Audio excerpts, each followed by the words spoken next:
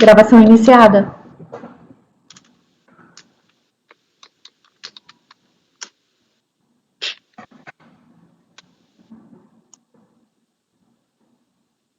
Pois bem, voltamos à sessão desta quarta-feira à tarde. Nós tivemos alguns problemas. Estamos com um problema com o conselheiro Luciano, que, por falta de energia na região da sua residência, não tem condições de participar nessa parte final dessa quarta-feira. Então, nós temos a presença do suplente, o conselheiro Lucas, que está com a gente. E nós voltamos agora na nossa pauta de julgamento, item 80. Vai haver acompanhamento. Eu peço a presença do Dr. Ricardo Greco, que apresentará o contribuinte Perdigão Industrial. Por favor, Tainá. Ok.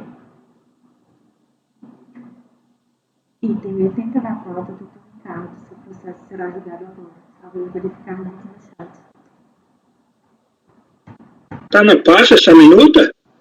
Está na pasta, só tem essa na minha. O único processo que eu tenho é relatoria. Achou aí? Eu estou com o comprovante de atualização da pasta aqui. Eu coloquei o processo.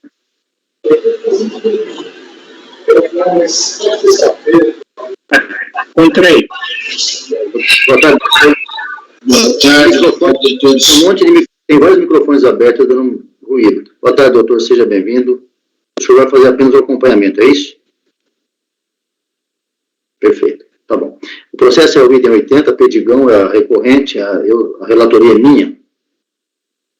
O ministério já está disponível para os colegas.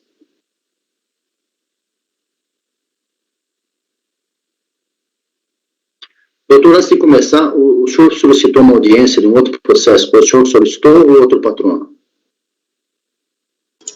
O relator foi um colega do escritório. Esse processo eu não tenho condições de fazer, não tinha nenhuma condição de fazer essa audiência. O processo estava pautado para essa sessão, foi pedido para retirar de pauta, e aí pediram para fazer uma audiência no dia do julgamento, não tem sentido. Então. Não, acho que pela troca de e-mails que eu acompanhei, parece que vai ter uma sugestão para a primeira semana de julho. A sugestão agora é minha, porque na verdade ele tirou de pauta o processo que estava aqui já pronto para votar, tirou de pauta, e depois queria fazer uma audiência exatamente no dia da sessão. Então, não, aí não dá. Mas acho que na primeira semana de julho será ótimo. Então vamos começar. Por favor, os microfones fechados. Eu vou fazer um breve relato e já vou ao voto, porque vai haver apenas o acompanhamento. Então ela passa a ter presente, eu não estou achando ninguém. Olha, não é possível que eu esteja, hein? Deixa eu ver, eu coloquei. Tá sim, eu achei, mas... Eu andei também.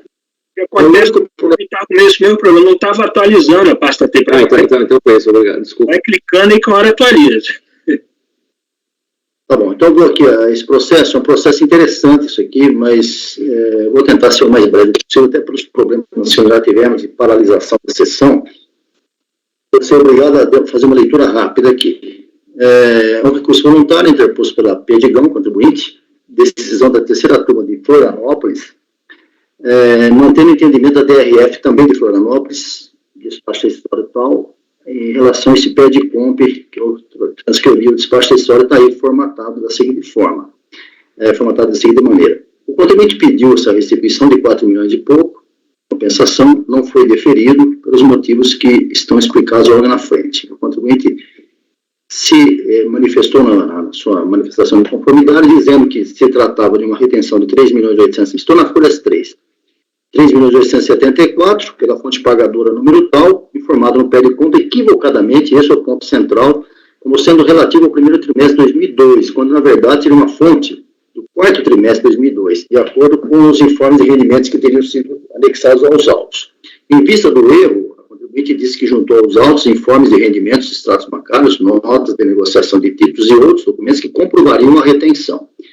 E que tais documentos estariam encartados nos autos e nominados como documentos tais a tais e comporiam o valor descrito na ficha 43 da DIPJ, que também está nos autos. E, por fim, ela requer o seguinte, aqui é o ponto central. Olha, eu disse que era o primeiro trimestre de 2002, de fato, esse 3.874 não é do primeiro trimestre de 2002, ele é do quarto trimestre, só que eu tenho retenção na fonte suficiente para compensar esse valor aí que eu errei. A DRJ de Florianópolis disse que não dava para mexer nisso, porque o contribuinte informou que era do primeiro trimestre, e, na verdade, a retenção na fonte era do quarto trimestre, e o contribuinte já tinha usado essa retenção em outro pedido. Eu trago todo aí, eu reproduzi que a DRJ colocou. No recurso voluntário, o contribuinte insiste nisso e vai mais longe, dizendo, olha, a DRJ não olhou os documentos.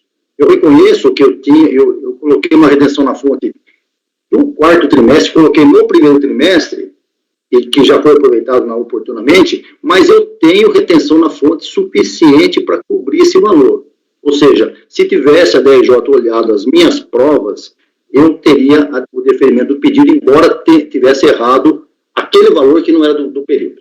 Essa é a argumentação básica da recorrente. Tá? Então, resumidamente, o patrão está ouvindo aí, não vai se manifestar, mas tenho certeza que ele está de acordo, porque é exatamente isso. Então, eu vou ao voto, nas folhas 8. Há duas preliminares a serem enfrentadas, decadência e nulidade por não análise de documentos, que ela reclamou isso da DRJ. Faço a análise da primeira delas, ou seja, a decadência. É uma matéria já conhecida, mas como tem o patrão, eu vou ler rapidamente. Embora somente suscitada em grau recursal, somente suscitou agora, cabe sua apreciação em razão de se tratar de matéria de ordem pública. Alega a recorrente ter decorrido o fluxo temporal para que a autoridade tributária procedesse à revisão do saldo negativo apurado no ano calendário 2002, exercício 3, por isso decaído o direito do fisco. Certamente peleja em equívoco a recorrente. Preliminarmente, é curial que se entenda que, nos casos de restituição e compensação, como não se está diante de lançamento de ofício, procedimento tratado no artigo 148 do CTN, não há nenhum sentido em suscitar a aplicação do artigo 150, parágrafo 4º do Código, como fez a recorrente, ou mesmo 173.1. Na verdade, ao revés, cuidando os autos de pedido de restituição e compensação, o que se tem é que a Fazenda Pública tem o poder, dever de verificar a existência de crédito líquido certo do contribuinte e se manifestar dentro do prazo previsto no parágrafo 5º do artigo 74 da 9430. Porque não se está falando em constituição de crédito tributário e de lançamento, mas de apuração de eventual indébito de imposto de renda, contribuição físico-fins, que a recorrente intente aproveitar através de restituição, compensação e compensar com débitos que possui junto ao Poder Público Federal. Então, com efeito, uma coisa é dizer que o fisco não poderia, depois de ultrapassado o prazo decadencial, constituir crédito tributário lançando eventual diferença de tributo recolhida menor. Outra coisa completamente diferente é dizer que, na aferição do montante de indébito, o fisco, no prazo que tem, o mesmo prazo que tem para homologar o pedido de compensação, não possa apurar a liquidez e certeza do crédito apontado pelo contribuinte. Isso porque, como se trata de declaração de compensação, inverte-se o ônus da prova cabendo ao contribuinte comprovar o seu direito líquido e certo. Isso dentro do prazo para homologação determinado no artigo 74, parágrafo 5º da 9430, não há que se falar em decadência do direito de se aferir o pleito da compensação, que exige o cumprimento dos requisitos de liquidez e certeza do crédito informado, não sendo lógico ou lícito concluir que a autoridade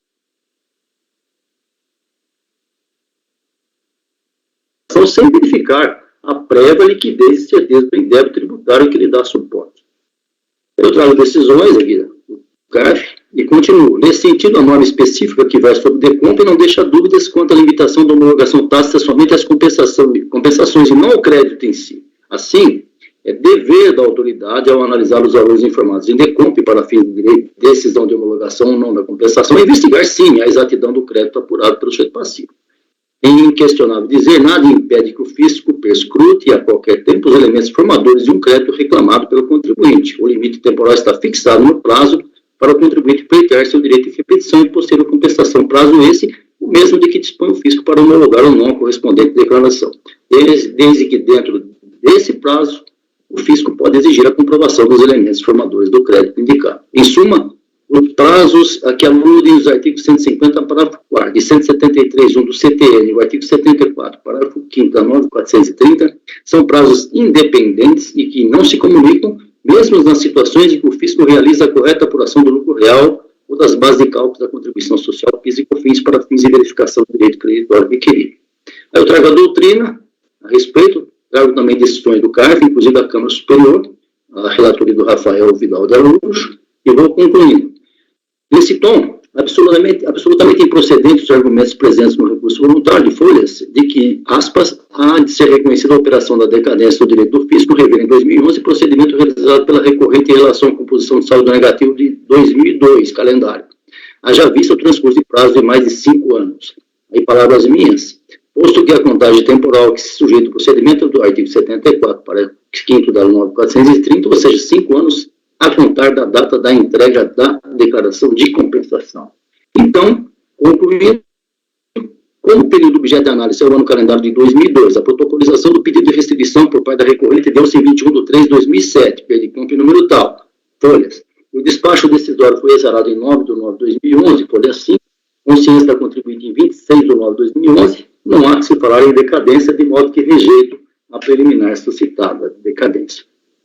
Alguém quer se manifestar? Posso continuar? Seguindo. Quanto à segunda preliminar, que é aquela que fala que a DRJ analisou o documento, por se confundir com o mérito, com ele será enfrentado. No mérito, a situação fática é a seguinte: a contribuinte transmitiu o PERDCOMP em número tal, apontando direito creditório de 4.277, que seria referente a retenções de fonte do primeiro trimestre de 2002, e com isso tentou compensar débitos de sua responsabilidade no valor de R$ 178 mil. Na análise feita pela DRF de Florianópolis, o despacho decisório reconheceu o valor de R$ 402 mil, porém não aceitou R$ 3.874, que teria sido retido pela fonte pagadora 49336 CNPJ. Certificada, a contribuinte acostou a manifestação de inconformidade, reconhecendo ter se equivocado em assumir tal valor, tendo em vista tratar-se de retenções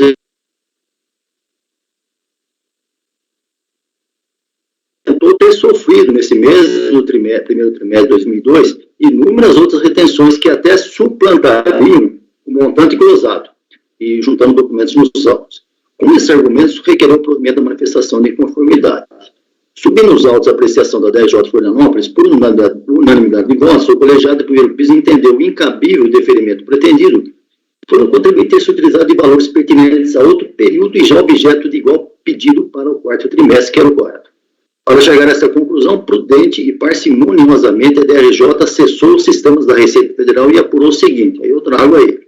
Ou seja, dos 4.277 buscados, só foram confirmadas retenções do valor de R$ 402 mil, restando não validado o montante de 3.874, que se refere aos rendimentos obtidos da fonte pagadora ING Bank, CNPJ no tal, que conforme textualmente a própria interessada reconhece em suas peças recursais, referiu-se ao quarto trimestre de 2002 e não ao primeiro trimestre, como constou no PERDCOMP. Aí eu trago a manifestação da recorrente, tanto na manifestação da inconformidade como no recurso voluntário. No seu recurso voluntário, além das duas preliminares arguidas, volta a recorrente a bater-se contra a decisão recorrida, afirmando possuir retenções suficientes no primeiro trimestre de 2002 que acobertariam o seu pedido. Trago também aí a reprodução do recurso voluntário. Agora vou para a minha decisão. Pois bem, analisando detidamente os autos e adotando como premissa a submissão ao princípio da busca da verdade material que norteia o processo administrativo fiscal, vejo fortes indícios de que realmente a contribuinte teria pelejado em equívoco. Me explico. Indiscutível nos autos a presença documental que atesta que a recorrente suportou retenções na fonte relativas a diversos pagamentos realizados por inúmeras fontes pagadoras nos 3 primeiros meses de 2002. Referidos documentos estão encartados nos autos, folhas, além da ficha 43 da DPJ. Computando tais documentos, esses informes de rendimentos, e a planilha que os resume, tem-se que efetivamente a soma das retenções, mais de R$ 4 milhões, suportada pela recorrente no primeiro trimestre de 2002, ultrapassa o montante indiferido no despacho decisório. Aí eu trago a planilha que a recorrente, eu conferi isso, a recorrente julgou, resumindo os informes de rendimentos que ela trouxe. Nesse contexto, ainda que o valor de R$ 3.874 não pertencesse, como de fato não pertencia ao primeiro trimestre de 2002, fato é que, de acordo com o que consta nos autos, a recorrente teria sofrido outras retenções, que no final acabariam por gerar saldo negativo de imposto de renda no referido período. Em outras palavras, se os R$ 3.874 não poderiam mesmo compor o saldo negativo do primeiro trimestre de 2002, por pertencer ao quarto, outras retenções existiriam e apontariam para igual resultado, ou seja, saldo negativo. Então, repito, de acordo com o princípio da busca da verdade material, entendo deva ser oportunizado a recorrente comprovar os valores que, em tese, efetivamente pertencem ao primeiro trimestre de 2002 e que poderiam ter composto o saldo negativo informado em substituição ao montante glosado de 3.874. Em suma, vejo claros indícios de que a recorrente elaborou em equívoco, e equívoco, desde que comprovado, pode ser corrigido. Desse modo, sendo a recorrente uma empresa de grande porte, com forte estrutura jurídica e contábil, salvo engano com ações no mercado de capitais, por isso sujeita a uma série de verificações, inclusive da CVM, é de se presumir que os atos praticados nesse processo se revistam da necessária lealdade e boa-fé, valendo nesse ponto lembrar o alerta de Cândido Rangel e Marco ao assentar que, dentre os deveres dos sujeitos processuais em geral, o de lealdade ocupa posição de destacada grandeza. A realidade do processo é a de um combate para o qual a lei as municia de certas armas legítimas e de uso legítimo, mas com a advertência de que será reprimido o uso abusivo dessas armas ou o emprego de outras menos legítimas. Aí eu trago também a posição de Fábio Campelo Conrado de Holanda, e trago também o princípio assumido pelo artigo 5º do novo Código de Processo Civil. Artigo 5º que diz lá, aquele que de qualquer forma participa do processo deve comportar-se de acordo com a boa-fé. O que no dizer de Humberto Teodoro Júnior significa a adoção de comportamento que não quebra a proteção da confiança e que obste o recorrente comportamento não cooperativo de todos os sujeitos processuais. Em suma, como diz Daniel Amorim Assunção Neves, em comentários do CPC, implica na colaboração das partes, levando aos autos, alegações e provas que auxiliarão o juiz na formação de seu convencimento. Pois bem, portanto, dentro dessa linha ética e por tudo que mais consta nos autos, entendo devo presente passar pelo necessário saneamento via diligência, até porque, embora, como dito, haja fortes indícios de equivocidade, tal fato precisa de confirmação. Além disso, os valores retidos que podem pertencer ao primeiro trimestre de 2002, mesmo aparentemente superiores aos glosados do quarto trimestre, 3.874, necessitam ser aferidos e confirmados, mas não fosse porque há documentos em duplicidade, como, por exemplo, folhas tais e tais que eu trago aí.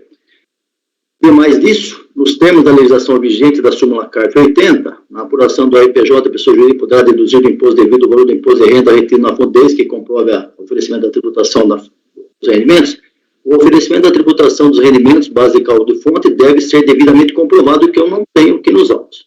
Por fim, pode ter ocorrido de que este mesmo primeiro trimestre que eu estou aqui relatando e os mesmos valores reclamados pela recorrente já podem ter sido objeto de outro pedido de compensação, ou seja, em duplicidade. Assim, imprescindível a presença nos autos da autoridade tributária e da própria contribuinte para que se confirme as informações alinhadas nestes autos. Antes, porém, cabe esclarecer a respeito da segunda preliminar, e eu trago aqui do artigo 59, que decidir a favor dele, eu não vou falar sobre nulidades. Desse modo, voto por cometer para que a autoridade tributária da unidade de jurisdição da recorrente, ou quem lhe faz às vezes, dentro da nova estrutura da Receita Federal, providencie a intimação da contribuinte para que traga aos autos todos os documentos comprobatórios das retenções e fontes havidas no primeiro trimestre de 2002, constante da planilha por ela elaborada e citada nos autos, folha 65, que eu já reproduzi. Igualmente, intime interessado a comprovar mediante documentos ou a sua escrituração que os rendimentos que deram origem à retenção acima referida foram oferecidos à tributação. Requisita a apresentação de quaisquer outros documentos ou informes entendidos necessários. Afirma, finalmente, se os valores e períodos do primeiro trimestre de 2002 possam ter sido objeto de outro pedido em pé de comp, elaborando ao final o relatório circunstanciado, dando ciência à recorrente para que ela, querendo, se manifeste e depois os autos devem levar ao CARF. Então, é essa a proposta de conversão em diligência pelos fatos elencados.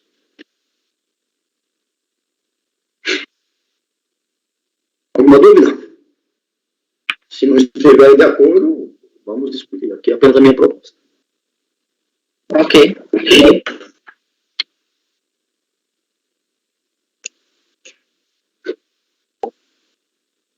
Podemos votar? Todos de acordo? Cinco. Marco.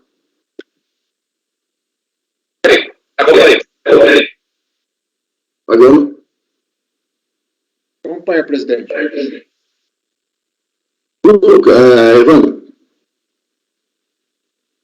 Microfone. Evandro. Acompanho. Júnior. Com relator. Iágaro.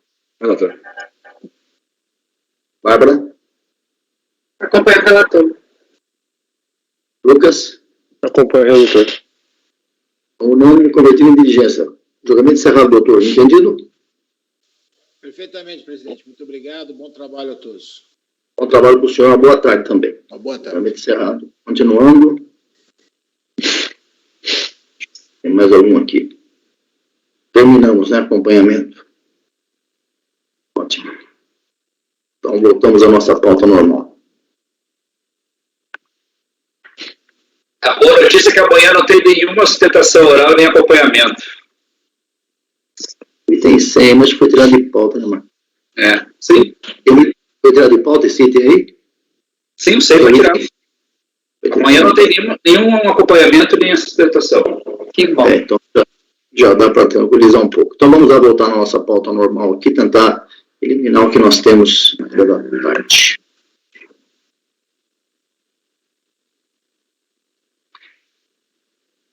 Deixa eu ver aqui. Pagando relatoria sua, item 7.5, Citibank.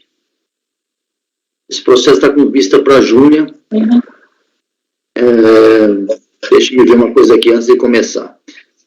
Júnia e o Luciano não havia votado, então o Lucas pode votar.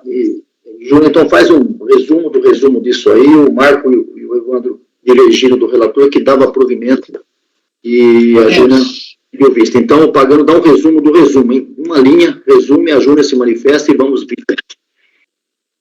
Presidente, isso aqui é o processo de Perdicope, né? Espera só um pouquinho, espera só um pouquinho. Desculpa.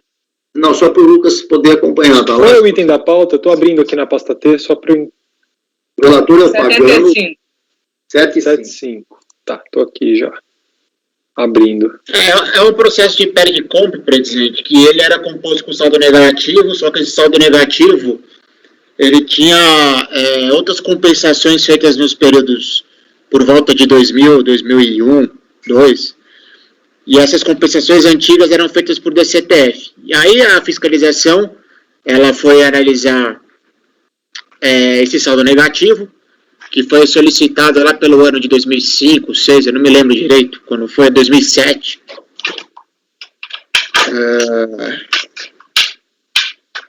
2007, eu não me lembro direito agora a data, 2007, 2008, e ela foi analisar aquelas compensações anteriores feitas em 2001. E aí eu tinha dado a homologação tácita em relação às primeiras compensações feitas por DCTF, que compõe o saldo negativo que foi requerido nesse processo agora. E aí a discussão foi nessa. Como eu perdi na primeira vez, quando a composição da turma era feita pelo Caio, pelo Lucas, e era composta por outros colegas, foi convertida em diligência. Quem fez o voto da diligência foi o conselheiro Marco. Aí o processo retornou para mim. Até eu fui ver depois que vocês pediram vista novamente nesse processo. Na verdade, esse processo não devia ter voltado para mim, né? Devia ter voltado para quem fez o voto vencedor da diligência, que era o Marco. Mas voltou para mim. Pagano, isso foi discutido. Tanto faz. Vamos em frente, Pagano. Vamos lá. Tá. Isso é uma questão regimental que eu acho que é um problema, porque quem foi vencido não deveria ter que fazer de novo o retorno, né? Enfim, voltando ao retorno, eu estou aplicando de novo o mesmo voto que eu apliquei antigamente, que eu perdi por voto de qualidade. Tá. Deixa eu resumir. Você está dando provimento reconhecendo a ocorrência da homologação tácita, que foi o voto que eu fiz antigamente, que eu perdi por voto de qualidade quando a composição da turma lá em 2018 era outra. E aí voltou para mim. Eu apliquei novamente o mesmo voto. Aí houve a discussão na turma e a Júnia pediu vista. Ok. Perfeito. Coerente. O Marco e o Evandro divergiram e a Júnia pediu vista. Vamos lá, Júnia. Porque eu acho que eu não estava, inclusive, no julgamento original, presidente. Mas eu acompanho o relator. Foi o relator. Tá ótimo. E a garota?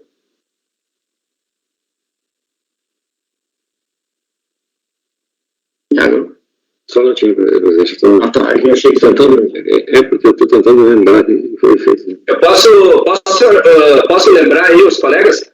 Pode falar, Marco.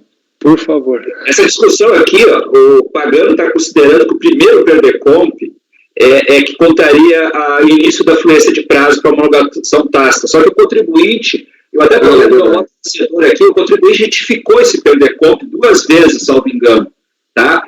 Então, na realidade, se nós formos considerar pelo segundo retificador aqui, a final, tá lá na resolução, no processo, tem por que a gente não se posicionou na época, tá? Então na realidade, o contribuinte, doutor, deixa eu até achar a data aqui, O contribuinte retificou em 2007, salvo engano, em 2004, não me lembro agora a data, mas o fato é que o pagano está entendendo que o primeiro PERDECOMP é que começa a fluência do prazo, já que o contribuinte retificou 2 vezes PERDECOMP posteriormente. E se nós tratarmos pela última... A retificação foi de um dos PERDECOMPs, não dos dois, e é a seguinte, a retificação não alterou o valor do crédito, e além de não ter alterado o valor do crédito, ela manteve o mesmo tipo de crédito. Então, mas, de qualquer maneira, o PERDECOMP é a data do PERDECOMP que a gente entende a homologação tácita, pagando. Essa é a nossa posição. Não, mas vocês entenderam isso, eu não entendo isso, eu não entendi isso. Eu só a discussão foi exatamente essa. Eu tinha gerado confusão que eu estava lendo o voto pagando aqui, a segunda parte dele, em que ele estava negando o provimento. Eu tinha... não, realmente, para mim, eu entendo que não houve a homologação tácita. Quando há uma retificação, a declaração, a retificadora ela elimina o original e a retificadora que passa a contar. E aí há uma nova contagem de prazo para essa nova declaração. Agora, isso serve para a CPF retificadora, serve para qualquer declaração retificadora. Não, mas acontece que a primeira compensação ela foi feita antes do PERDECOMP. Ela foi feita por meio de DCTF antiga, compensação automática. Então não há nem se falar. E tem outra coisa. Além disso, ele não retificou as duas, ele retificou uma. Então, pela tese de vocês, a outra que não foi retificada também decaiu. Ou seja, ela também entrou em homologação tácita. Porque ele só retificou uma das PERDECOMPs. E essa PERDECOMP que foi retificada é para pedir um saldo negativo agora. Nesse processo. Não é as duas outras compensações que foram feitas por DCTF antiga em 2001. Essa é a questão do processo. O que eu estou dando homologação tácita é na composição do saldo negativo, porque as duas primeiras compensações feitas por DCTF foram feitas em 2001. E aquilo lá deu homologação tácita, porque a fiscalização não viu aquela compensação. E agora vocês estão, por meio dessa compensação, porque assim, foram feitas 2 compensações do DCTF que compõem o saldo negativo. E esse saldo negativo foram feitas por PERDECOMP. Essa PERDECOMP aqui que foi retificada. O pagano tem parte de razão. Uma das questões era essa do retificador, e a outra é que o saldo negativo, quando ele usou. Então, na realidade, mas a questão é que o saldo negativo não é o saldo negativo que está homologado, é quando ele apresentou o PERDECOMP. Exatamente, o que eu estou falando que foi homologação tácita foi nas compensações feitas por DCTF em 2001. Não nas duas PERDECOMP. Aí eu não entendo que não tem homologação tácita. Eu entendo que sim. Por quê? Porque, por exemplo, eu entendo que tem homologação. Se fosse o caso de PERDECOMP, eu teria aplicado o parecer COSIT, o 2 de 2018, e teria morrido o assunto. Mas como não é, porque foi feita compensação por meio de DCTF no período de 2001, antes do procedimento de PERDECOMP, que foi aquela alteração, eu estou aplicando a homologação tácita. É isso, né, a questão. É saldo negativo composto com compensação antiga, entendeu? A posição dele está bem clara. Ele tem essa posição, está bem estruturada. Agora nós temos que decidir se nós concordamos ou não.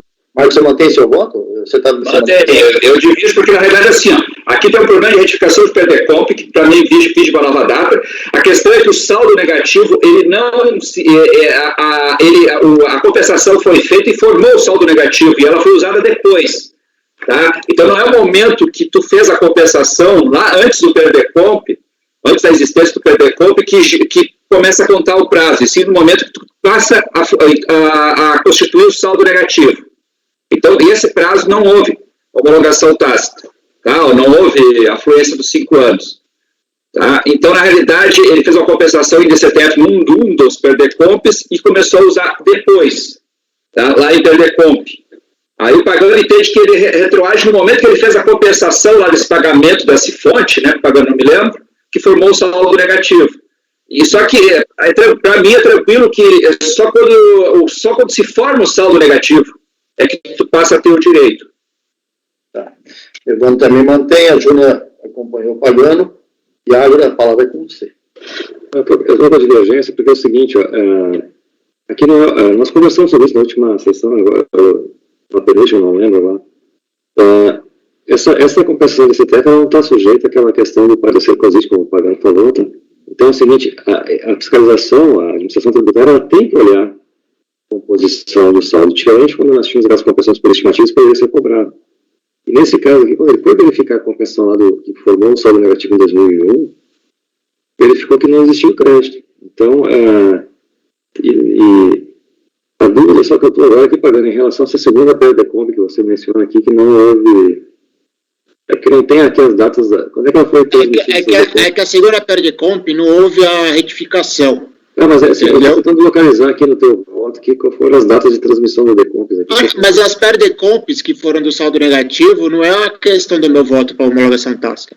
Ela não influencia na data. O teu voto é só em relação ao saldo negativo de 2011, né? Formação dele. 2001. 2001, perdão. Então eu acompanho o Marco, né? Nesse caso aqui a situação tem que olhar assim, porque se não tem como cobrar uma estimativa daquela época. Né? A orientação era outra regra. Por isso mesmo, só que a jurisprudência enquadra ela como o mesmo conceito de PERDECOMP. Por isso que eu apliquei a homologação tácita. Seguindo, Bárbara. Eu acompanho a divergência. Eu também acho que nesse caso aí, pelo menos pelo que eu estou entendendo da matéria, o saldo negativo ele realmente precisa ser formado para poder começar a correr o prazo, né? Então, eu acompanho a divergência. Lucas? Pagano, só te pedir um esclarecimento. O que foi retificado de uma das PERDECOMPs, você comentou que não era nem... Eu entendi que não é o relevante para o seu voto, mas é uma dúvida que eu fiquei. Você comentou que só uma delas foi retificada, e a que foi retificada não alterou nem o montante do crédito e nem a natureza do crédito, é isso? É isso. Eu vou acompanhar o relator, não sei se pelas conclusões ou total integralmente, mas acho que o efeito prático vai ser o mesmo. Você tem que se dizer se é por... Sim, eu vou acompanhar o relator, vou acompanhar puramente o relator. Então, por maioria, negado o provimento, vencido o relator e os conselheiros Júnior e Lucas. Quem vai fazer o voto vencedor aí dos 3 colegas da Fazenda? Ninguém? Eu vou indicar, hein? Pode votar eu. Marco Rogério Borges. Muito bom. Ok. Julgamento encerrado. Seguindo o item 85, se eu não pulei nenhum, depois o Marco checa aí se eu pulei. Item 85, Agência de Fomento do Estado de Pernambuco. Júnior. Esse mesmo, 85. 85.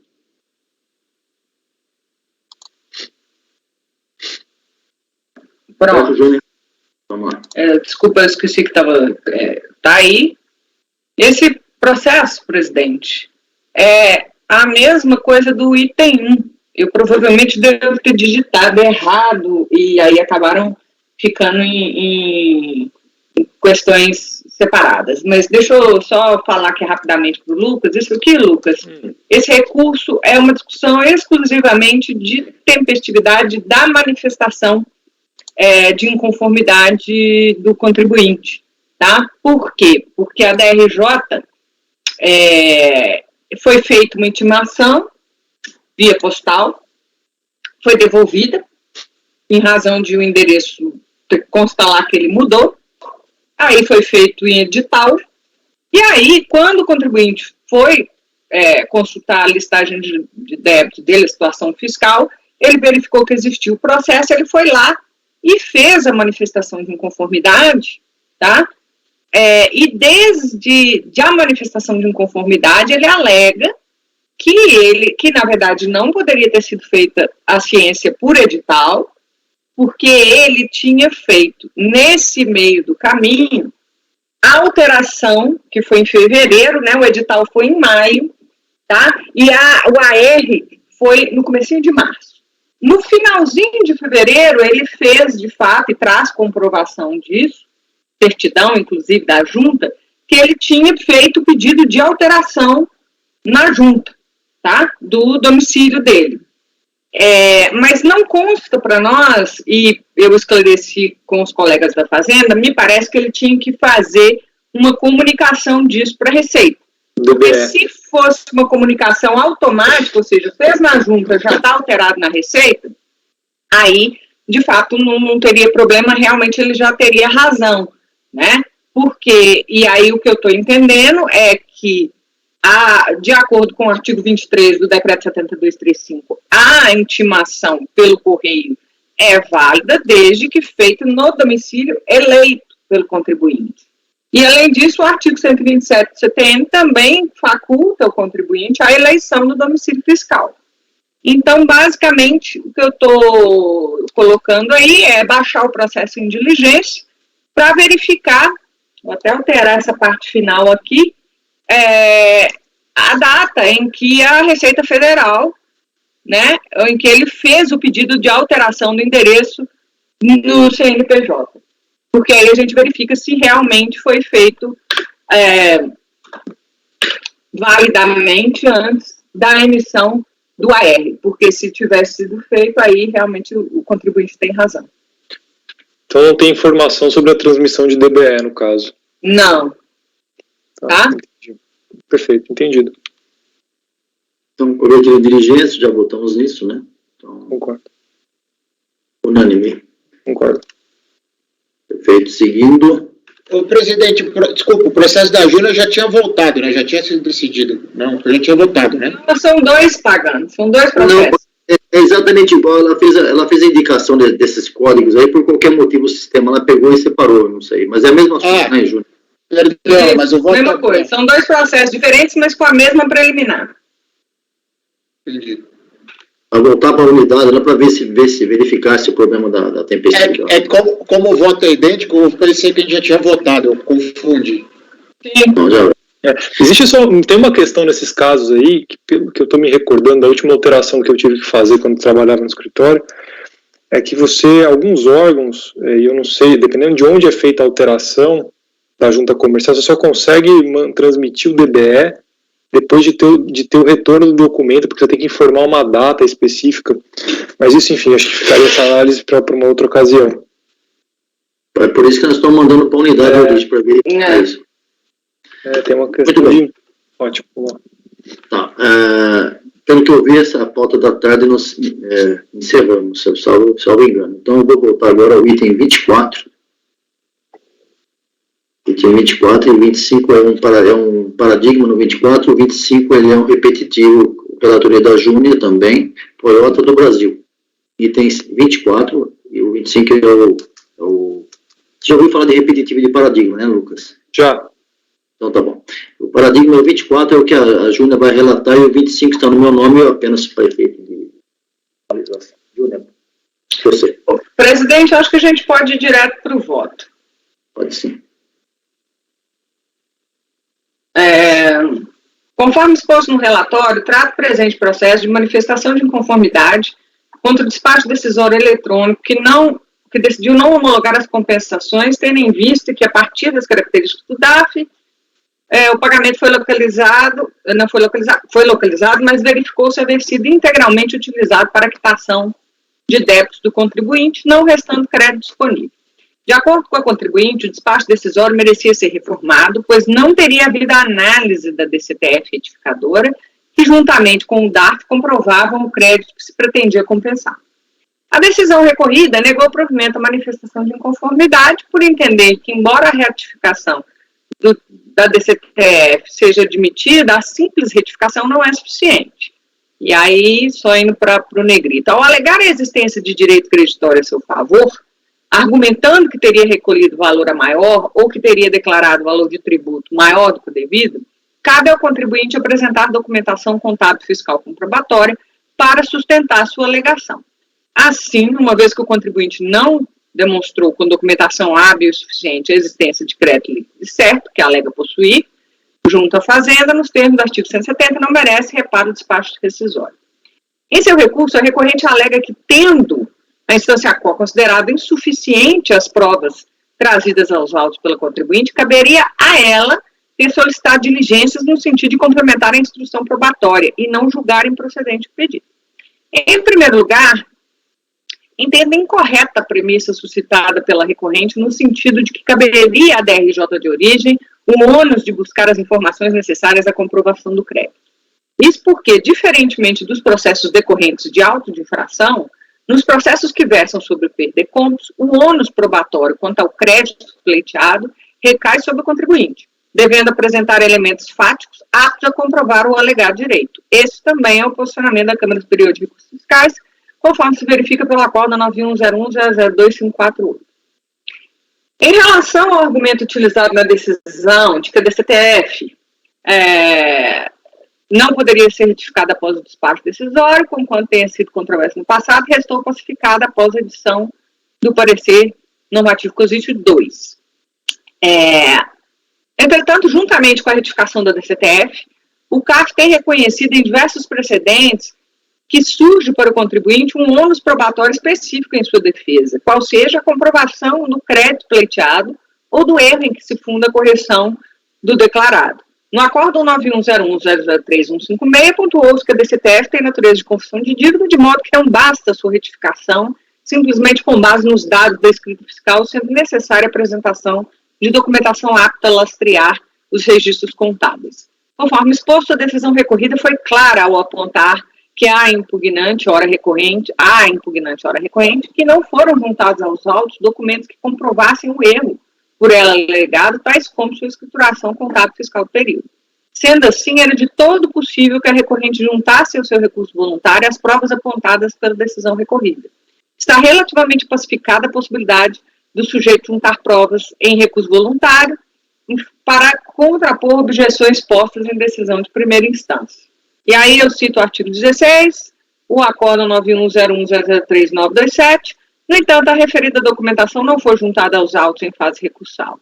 Sendo assim, permanece sem comprovação o erro por ela apontado. Em face do exposto, nego provimento ao recurso.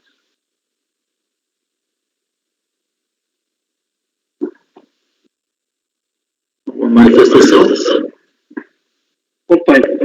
Eu acho que está claro, né, presidente? Eu acho que sim, mas se alguém quiser se manifestar, né? Então, item 24 e, consequentemente, o 25, que é repetitivo, negado provimento. Exato. Seguindo, pagando a sua relatoria, item 28 e 29. 28 é o paradigma, 29 é o repetitivo. GE Selma Limitada.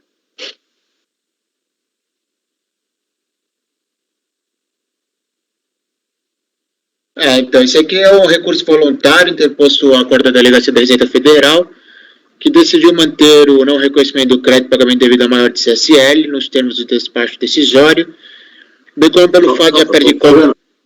O Lucas está acessando normalmente aí, passa, Lucas. Estou conseguindo, tá um pouquinho rápido, mais rápido do que eu estou acostumado, mas estou conseguindo abrir aqui. O sistema, a pasta toda demora um pouco para carregar. Mas abri. Então a gente espera um pouquinho, não tem problema. Não, consegui abrir aqui, tranquilo. Bom, na verdade é só o início do voto que eu estou lendo, o início do relatório, que é logo no início, o primeiro parágrafo, tá, Lucas? Eu nem continuei. Trata-se de recurso voluntário, interposto face a acordo proferido pela Delegacia da Receita Federal do Brasil, que decidiu manter o não reconhecimento do direito creditório de pagamento indevido a maior de CSL nos termos do despacho decisório, bem como pelo fato do Perdicope retificadora não ter sido admitida no processo administrativo fiscal de final de 2010-16, onde o débito que se pretendia retificar, de setembro de 2009, estava sendo controlado. Aqui, presidente, eu acho que a gente já pode ir direto ao voto, para não ter problema, bem resumido. O recurso voluntário é tempestivo, trata de matéria desta competência da Corte Administrativa e por isso que eu o admito. Quanto à alegação de nulidade do acordo recorrido, devido à inovação do fundamento do despacho decisório, entendo que não deve ser provida. O motivo pelo qual o despacho decisório negou a compensação foi devido ao crédito ter sido totalmente utilizado por compensações anteriores, não restando crédito suficiente para compensar o débito, resultando na não homologação da DICOMP e a epígrafe. O fato da DRJ ter indicado que a Perdicope retificadora de final 8634, que alterou o valor do débito, não ter sido admitida no outro processo administrativo de final 2010-16, não restando assim crédito para compensar o débito da Perdicope objeto desse processo em discussão, não significa que tenha inovado na fundamentação do processo. A DRJ cumpriu com seu papel, que era o de analisar a liquidez e certeza do crédito requerido pela recorrente e com a informação de que o outro processo não aceitou a Perdicope retificadora.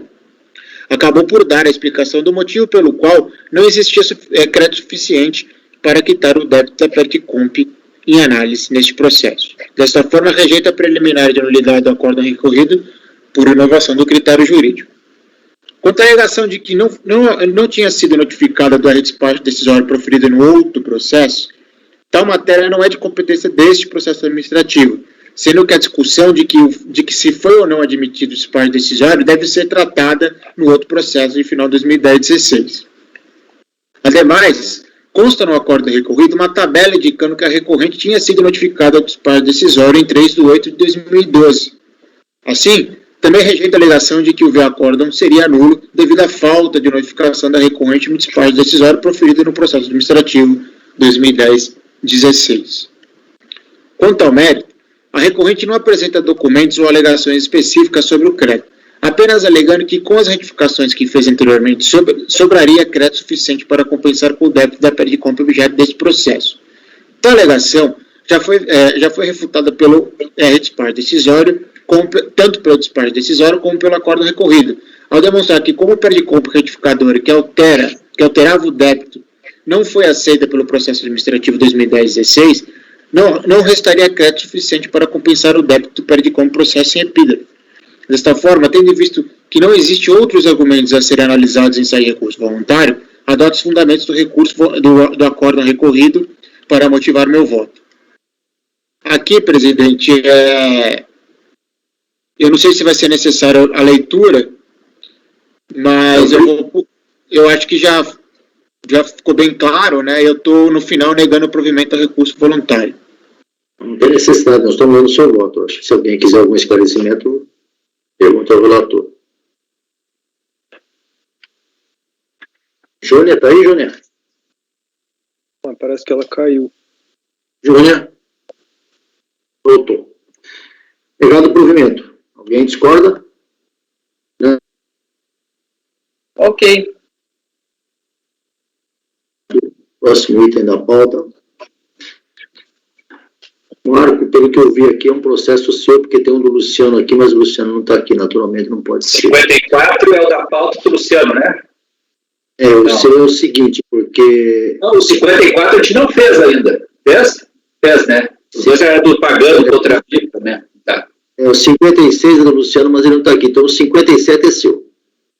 Marco, o 54 fez sim. Você quer que eu te dê a resposta? Não, foi diligência. Eu anotei só o 53, desculpe. O 57 é meu, né? É seu, Marco. 57, Marco Rogério, viu, Lucas? Eu explicando, porque nós estamos acostumados num ritmo aqui, o Lucas está chegando agora, então de repente fica meio... Eu tô abrindo aqui o 57 tá?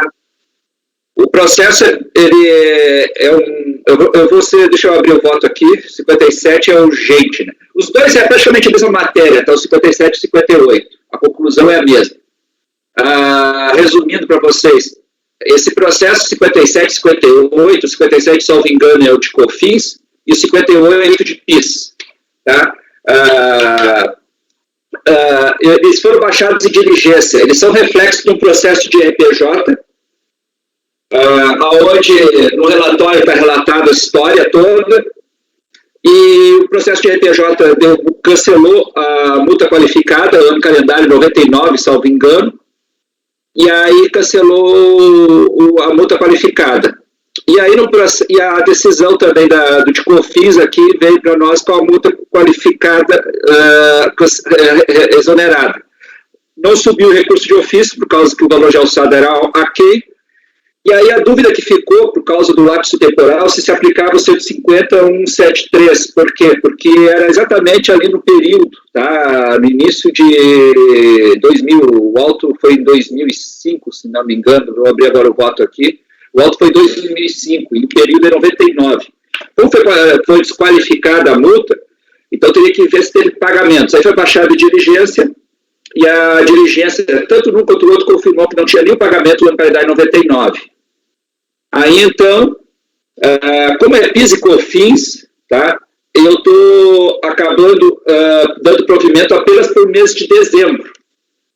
Tá?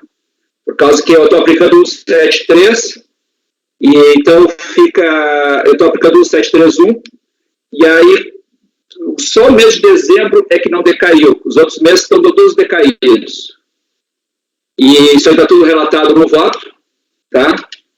E o contribuinte traz outras matérias. Aí, esse processo tem um problema, tá?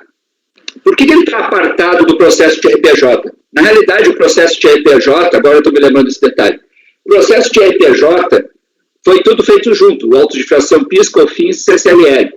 Só que o fiscal, a autoridade fiscal, se enganou, tá? E lançou as bases trimestrais do PIS e COFINS. É um erro crasso, mas infelizmente relativamente comum nessa época. Ele fazia a apuração do lucro para arbitrar no RPJ CCLL por trimestre, só que na hora de inserir os dados no sistema, inseria por trimestre, então inseria março e abril. Aí a DRJ baixou em diligência, e solicitou que fosse refeito esses autos. E ele refez. Aí por isso que estourou os prazos, até porque o de RPJ é anterior, se não me engano, 2003. E aí foi anulado o PIS e COFINS no de RPJ e refeito em outro processo PIS e COFINS. Então, e aí por mês corretamente. Então o contribuinte reclama, não poderia ter sido refiscalizado o período. Eu supero isso aí, entendo que não tem problema nenhum. Eu já teve um voto até mais elaborado, eu coloco até bem sucinto aqui, mas depois eu até complemento melhor. Para mim não tem problema em refiscalizar o mesmo período. E também, aí vem uma questão, isso não ficou claro nos autos, como isso aí está na informação no RPJ, se ele arbitrou as receitas, se nessa base de cálculo do PIS e COFINS só está o faturamento bruto ou tem receitas financeiras embutidas. Nesse processos aqui, tanto do PIS e COFINS, não dá para saber isso, tá? Ele só está lá pelos totais e faz remissão ao processo de RPJ. Então, na realidade, eu estou aqui dando provimento parcial para manter apenas dezembro, tá? Porque já decaiu os outros meses todos, e também, em face da inconstitucionalidade do parágrafo 1º do artigo 3º da 9.618, excluir, se for o caso, as receitas financeiras das bases de cálculo do PIS e do COFINS. Algo não possível na análise dos autos em apreciação, pelo que a unidade jurídica deve verificar no momento da liquidação do presente acordo as bases de cálculo no processo retromencionado de RPJ, do qual o presente é reflexo. Então, essa é a conclusão final bem sucinta, que considerando disposto acima, voto no sentido da provimento parcial, exonerando a atuação fiscal, no caso aqui de 57 de COFINS, dos meses de janeiro a novembro de 99, e no que tange de dezembro de 99, cancelar exigências inerentes às receitas financeiras, se houver, cabendo à unidade jurídica fazer a liquidação. Alguma dúvida? Esse é o 57, Marcos? São os dois? Já? É o 57. O 58 é PIS, é a mesma coisa, a mesma situação. Alguma dúvida aí? Nesse mês de dezembro que você manteve, você estava trimestral, foi feita uma depuração dos valores, deixando só o mês de dezembro mesmo? Como é que foi isso? Sim, ele estava por mês. Aí sobrou dezembro só. E aí como ele, a regra do 173, né, que leva para o ano seguinte, aí ficou no dezembro. Então, provimento parcial. Fala. Bom, só esclarecendo aqui uma dúvida. Você teve o mesmo lançamento, teve julgamento do processo de R, o único provimento foi para a redução da multa, de 150 para 75. E não foi feito aqui a questão do julgamento reflexo, porque, na verdade, foi feito um outro lançamento, porque em relação ao PIS e COFINS, tinha nulidade pelo tipo de lançamento. Eu estou replicando a decisão lá também teve problemas lá não tem problema de decadência, só que eu estou aplicando a decisão, eu comento no meu voto, Júnior, esse aqui é um processo reflexo, tá? Sim, é isso que eu estou na dúvida. É um reflexo, só que eu não estou conseguindo aplicar ele integralmente porque tem decadência. Como ele foi feito depois, o processo não foi girado. É isso que eu tô colocando, porque existe uma questão específica, então eu acho que nem seria talvez reflexo, Marcos, pelo seguinte, porque você teve um outro lançamento corrigindo o primeiro, que fez o lançamento do PIS e COFINS trimestral. Mas de qualquer maneira... Mas tudo bem, isso é irrelevante, até porque você não está usando... A defesa do contribuinte foi só sobre decadência e a questão da decisão judicial da tirada da base de cálculo dos resíduos financeiros. Tá? Então ele não eu entendi, você está entendendo? Assim, porque eu pensei se seria reflexo. Depois eu estou pensando, não seria, porque foi outro lançamento. Aí, se a gente entender que não é reflexo, aí nós não somos competentes. Foi isso que eu dúvida agora. Eu deixo. Exatamente essa minha dúvida também. Eu tenho dúvida, porque... Um de cada vez, gente, não fica difícil. Um de cada vez. Essa foi a minha dúvida. Eu entendi que ele é reflexo. Apesar de ter sido feito em processos separados, isso não é problema para caracterizar o reflexo. E em ter momentos distintos, também não é problema para caracterizar reflexo. Então, eu não vislumbro nenhum problema de ser caracterizado de reflexo, tá? Para mim, ele é reflexo. Eu coloco isso no meu voto, só que eu não replico exatamente a decisão do processo de RTJ, por quê? Porque ele não se aplica integralmente aqui. Eu comento, olha, eu comento aqui no momento do meu voto, no que couber, né? Se aplica a decisão, ou seja, é patente um caso de reflexo da atuação fiscal, replicando-se aqui, no que couber, tá? Os efeitos do acordo final do processo tal, da decisão tal, que é o processo de RPJ. Só que esse caso aqui, 57, é de COFINS, tá? Eles foram o mesmo procedimento fiscal, os mesmos meios de prova. Se tu olhar lá o artigo 6º, ele que define o que é reflexo, então, não estou escutando. Não, desculpa, porque estava sem som. Ok, sem problema, não vamos caçar confusão, não. Tá, tudo bem, também. Eu ia falar exatamente o que a Juna falou, que eu também achava que talvez não fosse, mas não vejo necessidade de causar problema, tendo em vista que as alegações foram só essas. E só uma coisa, Marco, você só considerou o mês de dezembro, né, para que não decaiu? Exato. Pela contagem do período anual ali, né? Porque ele fez trimestre. Oi? Porque ele foi autuado por trimestre e depois ele foi mês a mês, é isso? Depois eles fizeram mês a mês. Sim, vamos considerar o mês a mês o correto.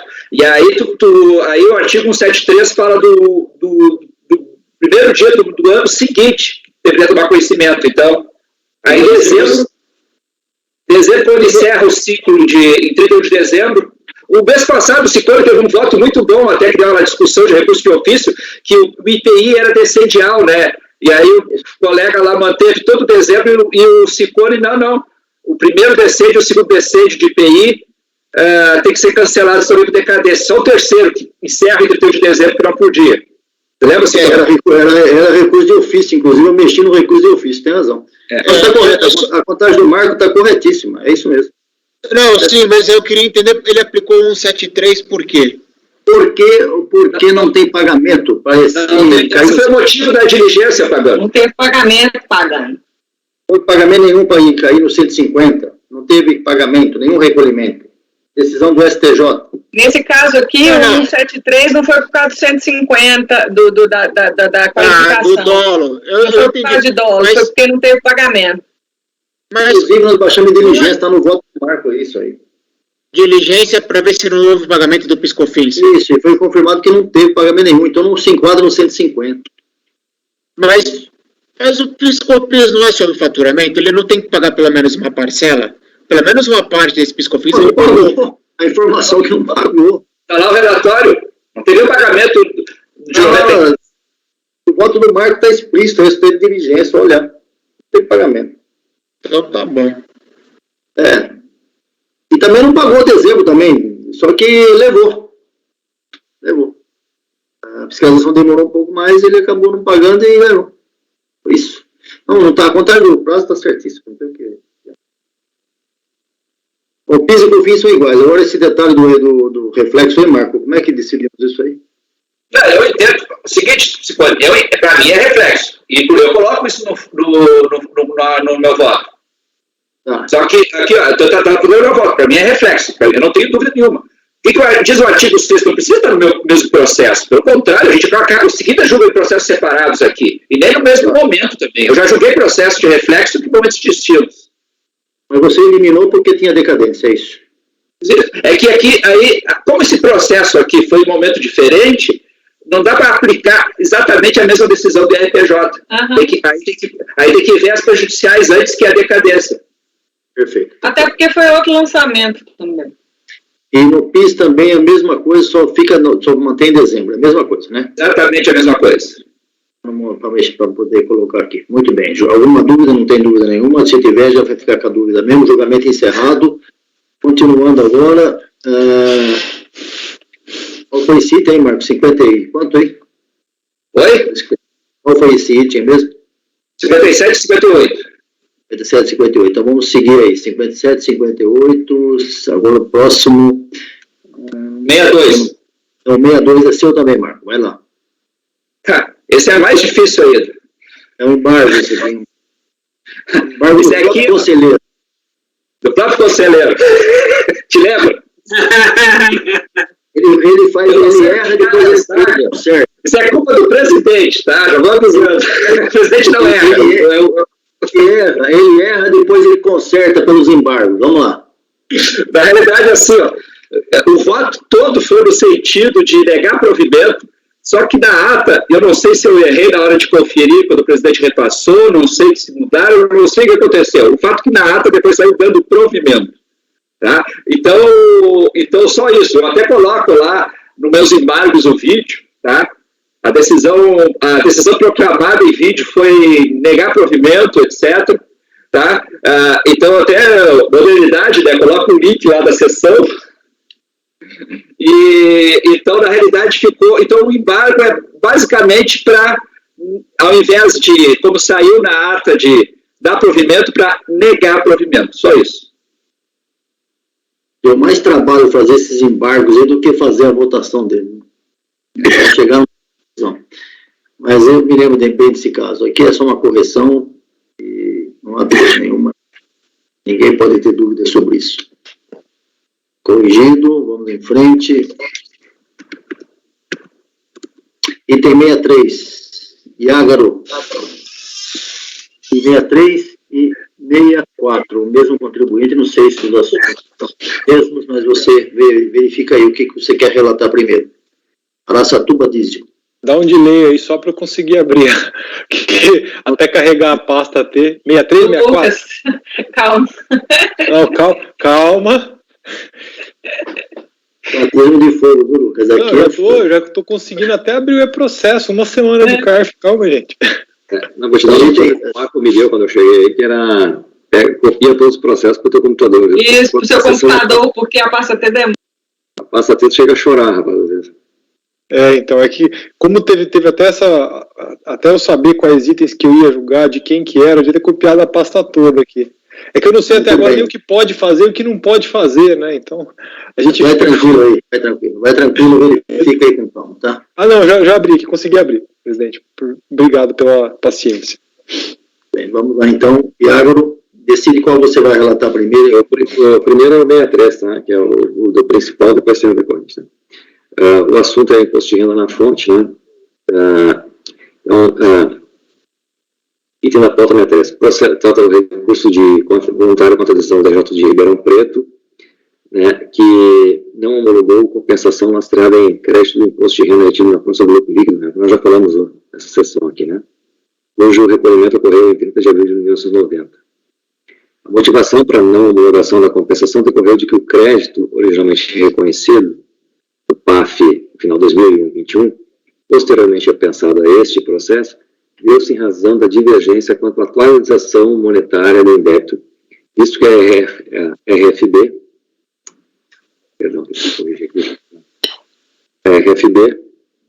utilizou os critérios definidos na norma de execução Positcosar número 8, de 97, ou seja, de um crédito pleiteado de 316 mil, restou apurado pela autoridade administrativa o valor de 111 mil. Em manifestação de inconformidade, o sujeito passivo alegou ser inaplicável a referida norma de execução por ausência de publicidade, que a utilização do referido ato resulta em enriquecimento sem causa da União e que as compensações declaradas em 2001 e 2002 estariam tacitamente homologadas no artigo 74 da norma 450. O TRJ negou o provimento, por entender que não ocorreu homologação tácita, após as decomos foram transmitidas entre 6 de novembro de 2001 a 29 de agosto de 2013, e a ciência do despacho decisório ocorreu em 29 de 4 de 2005.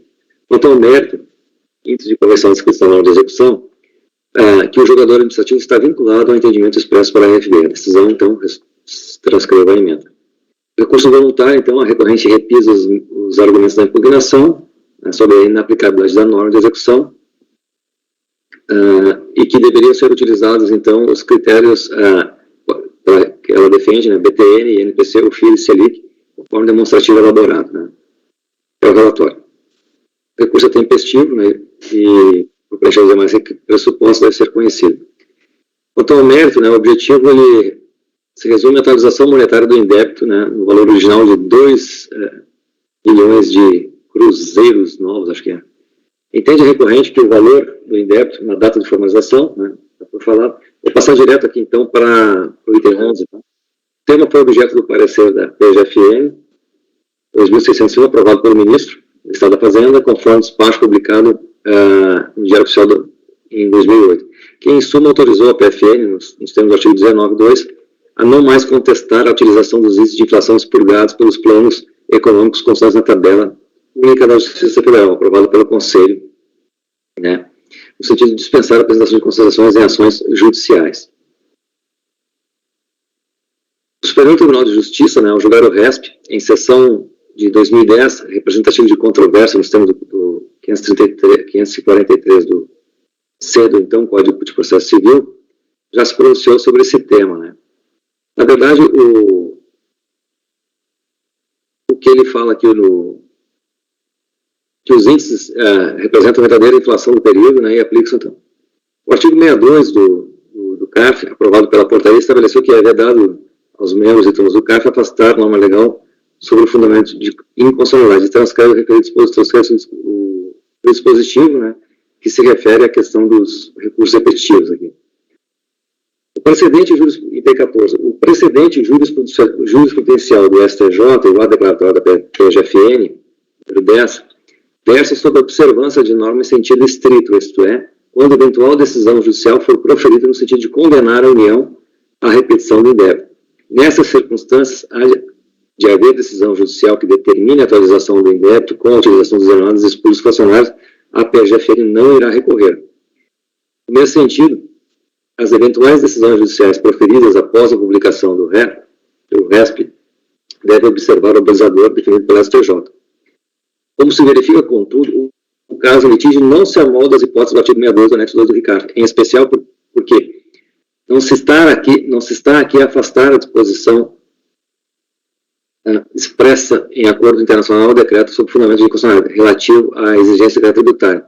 Conforme relatado, o contribuinte teve reconhecido administrativamente, ou seja, a diferença é essa, ele não foi judicial, o direito à repetição do indébito no PAF de final de 2021. Apensado a esse processo, foi a 40, em detalhada informação fiscal que embasou o despacho decisório, é historiado de forma cronológica o reconhecimento final administrativo e o início do presente litígio. Ou seja, a busca administrativa de execução do indébito com expurgos inflacionados. Em resumo, não há condenação judicial da União Nacional para que repetição do ILL pago e, por consequência, sobre a utilização de quaisquer índices de atualização monetária. Diante da opção do contribuinte de repetir e de executar o indébito administrativamente, com as vantagens que o rito proporciona, como a extinção de eventuais débitos compensados sob condição resolutória, e diante da inexistência de lei que determine qual critério de atualização deva ser adotado, deve a autoridade administrativa utilizar os critérios determinados pela administração tributária. No caso, aqueles definidos pela norma de execução número 8 de 97. Em situação análoga, a segunda turma da Câmara Superior de Recursos Fiscais, em acórdão 9202 7.583, de sessão de 2019, decidiu ser incabível a utilização de critérios de atualização monetária que não estejam fixados em lei. A decisão estou consubstanciada na seguinte emenda. Diante de situação fática similar, não idêntica, porque o indébito daquele processo foi reconhecido judicialmente, ao caso ora subemais, transcreve-se, exceto proferido pela ilustre conselheira a Maria Helena Cardoso, né, que eu transcrevo aqui e uso como razão de decidir. O que em resumo, né, ela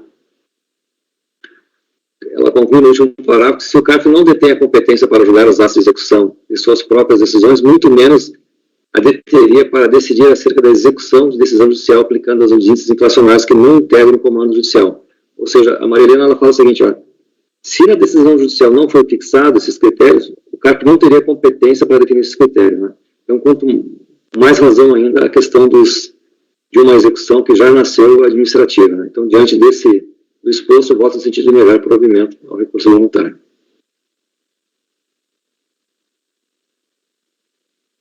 Júnior.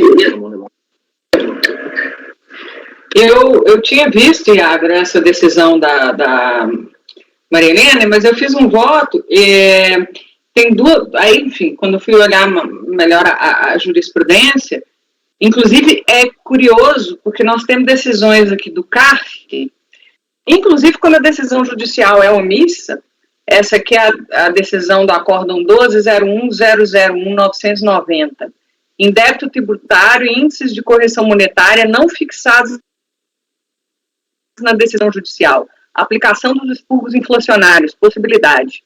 Na atualização do indébito tributário, é cabível a aplicação dos índices de inflação expurgados pelos planos econômicos governamentais, denominados expurgos inflacionários, fixados na tabela única da Justiça Federal, aprovada pela Resolução 561 do Conselho da Justiça Federal.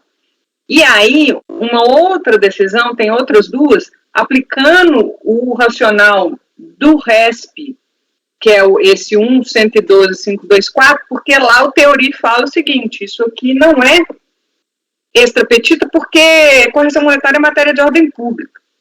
Então, não precisava sequer constar do pedido, né? E aí, essa aqui, em débito tributário, correção monetária, expurgos inflacionários, artigo 62, RICARF. Então, aplica essa decisão do Teori para entender que, nesse caso, nós deveríamos, sim, por força dessa decisão que foi proferida no repetitivo, aplicar os índices. E, por último, parece que tem um ato declaratório da PGFN também. A partir da edição do ato declaratório PGFN número 10 de 2008, é cabível a aplicação nos pedidos de restituição e compensação, objeto de deferimento via administrativa, dos índices de atualização monetária previstos na Resolução 561 do Conselho da Justiça Federal. E aí aplica de novo também o RESP lá. Eu até vou ver esse ato declaratório aqui, que eu não peguei ele. Então, eu olhei esse ato declaratório da PGFN e é justamente isso aqui, ó. É quando ele faz, ele tem uma condenação judicial, né? Uhum. E aí isso é judicialmente. Aqui, nesse caso, no caso concreto, o contribuinte não teve, ele optou por executar, primeiro para ter reconhecido o direito administrativamente, e depois por executar administrativamente. Ele poderia, é uma opção dele.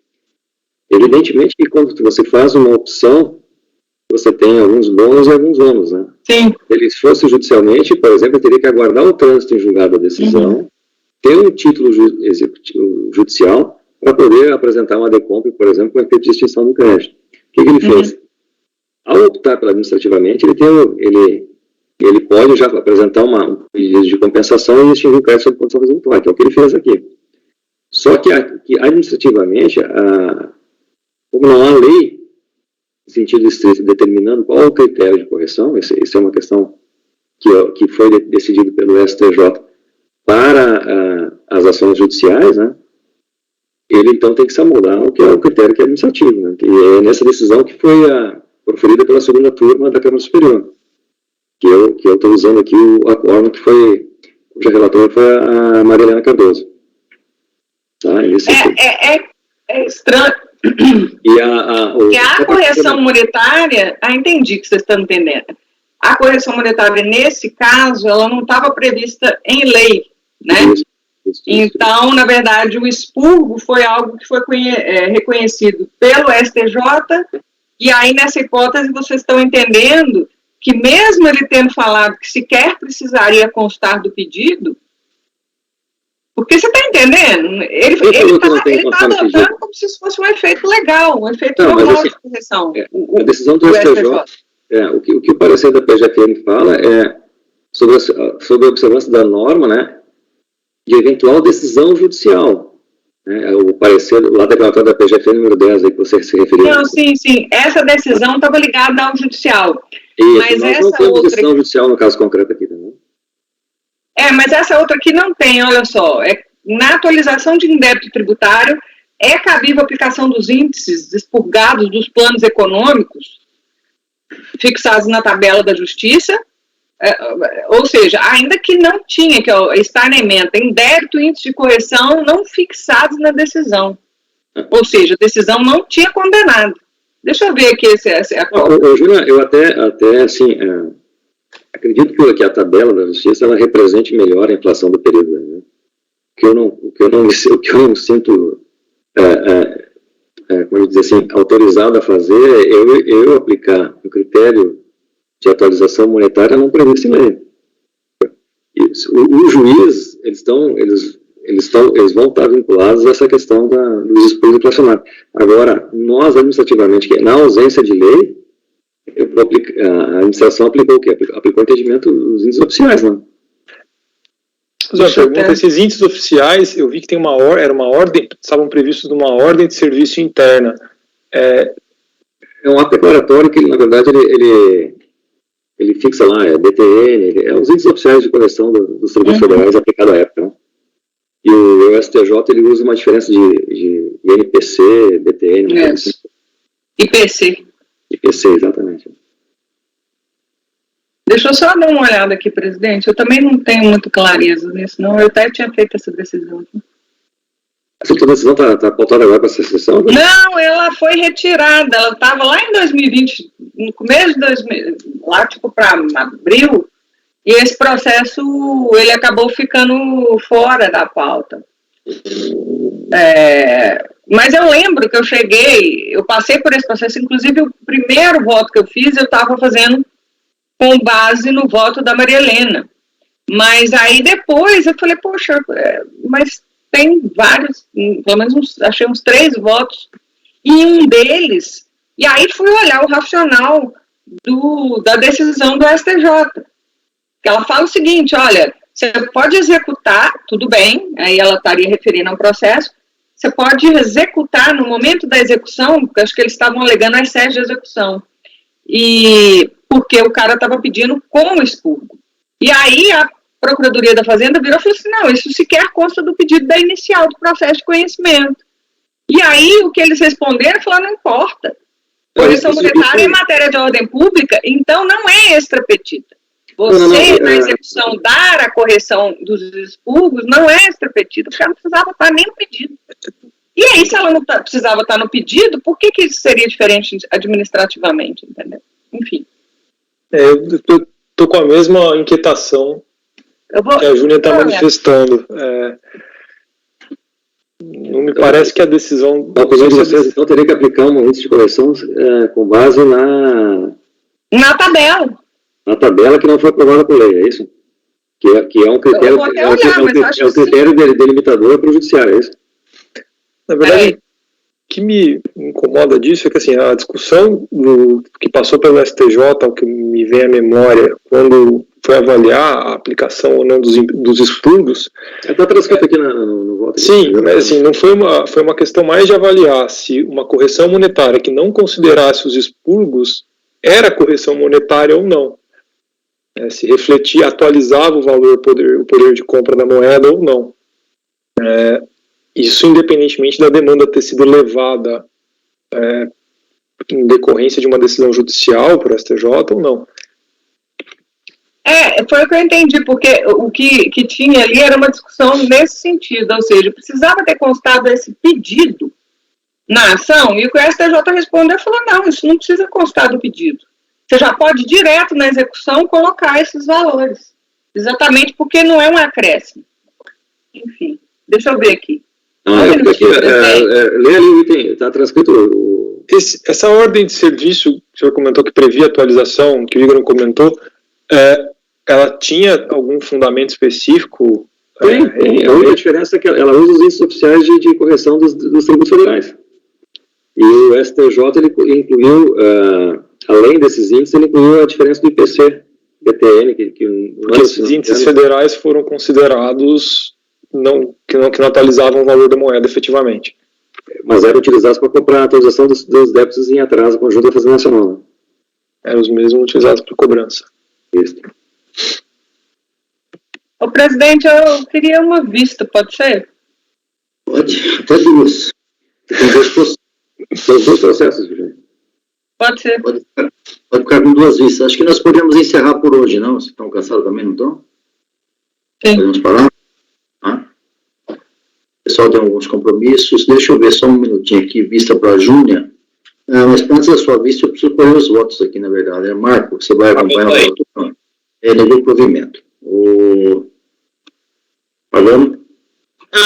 Presidente, a priori, né, devido ao levantamento da discussão e as colocações dos colegas, né, da Júnia e do Lucas, eu vou abrir a divergência, mas nada impede que eu mude posteriormente, né?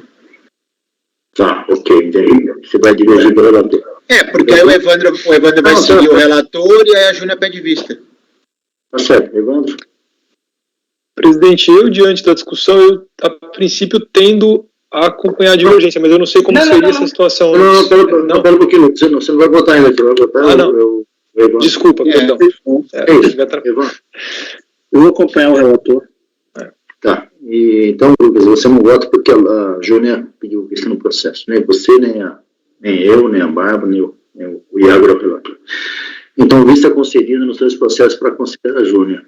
O presidente, só para ficar registrado, o 64, ele o 64, o item 64 da pauta, ele é decorrente, assim, vamos supor. Por entrar no caminho... Não, ele é diferente, ele é decorrente, porque é o seguinte, o 63 ele está pedindo um reconhecimento do crédito maior. Então nós só julgamos o 63, você vai fazer agora a sua posição do 64, então tá bom. O 64 é o seguinte, no 64 ele está pedindo esse crédito excedente para compensação do processo de item de pauta 64. Tá. Então, assim, resumidamente, no 64, convido os senhores a ir lá para o item 12, o processo de número 1289, que nós acabamos de tratar, né, que é o item 63, onde o contribuinte buscava a aplicação dos denominados expulsos nacionais administrativos de reconhecimento do indébito do ILL, foi julgado nessa sessão de julgamento e teve negado o provimento do recurso, isto é, devendo prevalecer o quanto reconhecido utilizado na compreensão do aquele processo. Logo, conforme consta da primeira instância, o crédito reconhecido nesse PAF, né, que a Júlia pediu vista, se mostrou insuficiente para a quitação integral dos débitos informados pela contribuinte na DECOM. Dessa forma, por consequência lógica, não resta qualquer saldo nesse processo. Então, eu sugiro que o Júnior fique com vista para os dois processos, entendeu? Porque não dá para julgar isso sem parando o outro, né? Isso aqui é uma causa prejudicial, né? Exatamente. Eu acho que é prejudicial, não decorrente, mas é prejudicial. Isso, prejudicial, exatamente. Perfeito, Júnior? Júnior? Beleza. Eu acho que nós podemos parar por hoje, são 17h35, nós estamos com a pauta assim bem... tem mais um processo do Iago aí, que seria o seguinte, eu não sei se ele é muito tormentoso ou não, né, mas... Qual que é? Deixa eu chegar aqui no... 67, Agro, multa de atraso em CPF. JL de Carvalho Pinto. São dois, né, são 67 e 68. Acho que é coisa rápida, né? Deve ser tranquilo, né, Iago? Se a Júlia não fizer a parte, é tranquilo, eu acho. Se a Júlia não interromper, vai tranquilo, porque são dois aí, na verdade, o 67 e o 68. Vamos lá. Vamos lá. O 67, presidente, tá? É um recurso voluntário contra a decisão de julgamento procedente de impugnação contra auto de infração por multa de ofício por atraso na entrega da CTF no valor de R$500. Né? A impugnação alega que entregou a CTF de forma espontânea, ou seja, ele alega que é aquele caso que nós estamos acostumados, ele faz a entrega da declaração antes de qualquer início de procedimento de ofício e ele confunde isso com a denúncia espontânea do 138. Eu vou direto para o... Tem súmula, né? Isso, eu vou direto aqui para o... Outro aconteceu a denúncia espontânea do 138 não alcança, né? Item 17 da decisão, tá bem ao final lá. Não alcança a penalidade da candidatura de entrega da declaração, tá? Então, voto negar provimento. A mesma coisa Ótimo. é a do 68. Beleza. Ok? 17, 68, voto negar provimento. Ok. Tem dúvida? Matéria. Júnior quer se manifestar? não. A senhora pode ficar se manifestando aqui. Já deixa você aqui. Tem alguma tese diferente aí, Júlia? Não, tem. Como é que chama? Vou começar a discutir aqui a origem do negócio. Foi seu sumo, tá ótimo aí, tá vendo? Foi tipo, você lembra do Lombardi, que fala uma nota Lombardi? Isso aí foi igualzinho, 2 processos em 2 segundos. Nossa, cara, mas é o distinguish da súmula aí, né? Sensacional. Exatamente, Sensacional, fechou. Deixa eu perguntar para Só os votos do Luciano. perguntar para o nosso suplente que está participando hoje. A gente vota assim rapidamente esses casos que já são muito conhecidos do colegiado, mas se você tiver alguma dúvida, pode questionar. Você tem 35 segundos e meio para fazer isso aqui. Tem tudo isso, eu achei que era menos tempo, hein? Pela minha conta. Não, eu estou falando sério. Não é, Lucas, é que... desculpa, é que você é novo, aí ele te dá 35. Se você fosse antigo, era só 10 segundinhos. Vamos lá, pode perguntar se tiver alguma dúvida. Claro, obrigado pela abertura, gente. Não, a gente fica realmente no começo um pouco...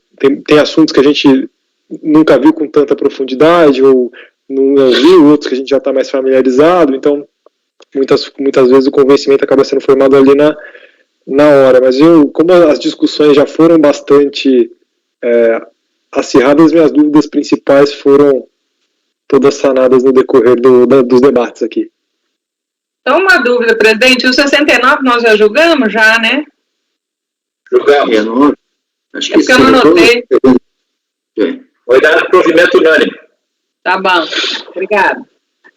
Espera só um pouquinho, então. Procedida a lista aqui, perfeito. Esses 2 últimos foram negados por provimento. Perfeito? Então, vamos parar por aqui. Agradeço a presença de todos, agradeço a presença do Lucas, que substituiu o Luciano. Amanhã o Luciano deve retornar, né? Espero. E agradeço também a Tainá em Brasília e todos os conselheiros aqui que trabalharam com a gente nessa quarta-feira. Tá? Tenhamos todos uma boa tarde e um bom final de noite. Muito obrigado, Tainá. Um abraço para todos.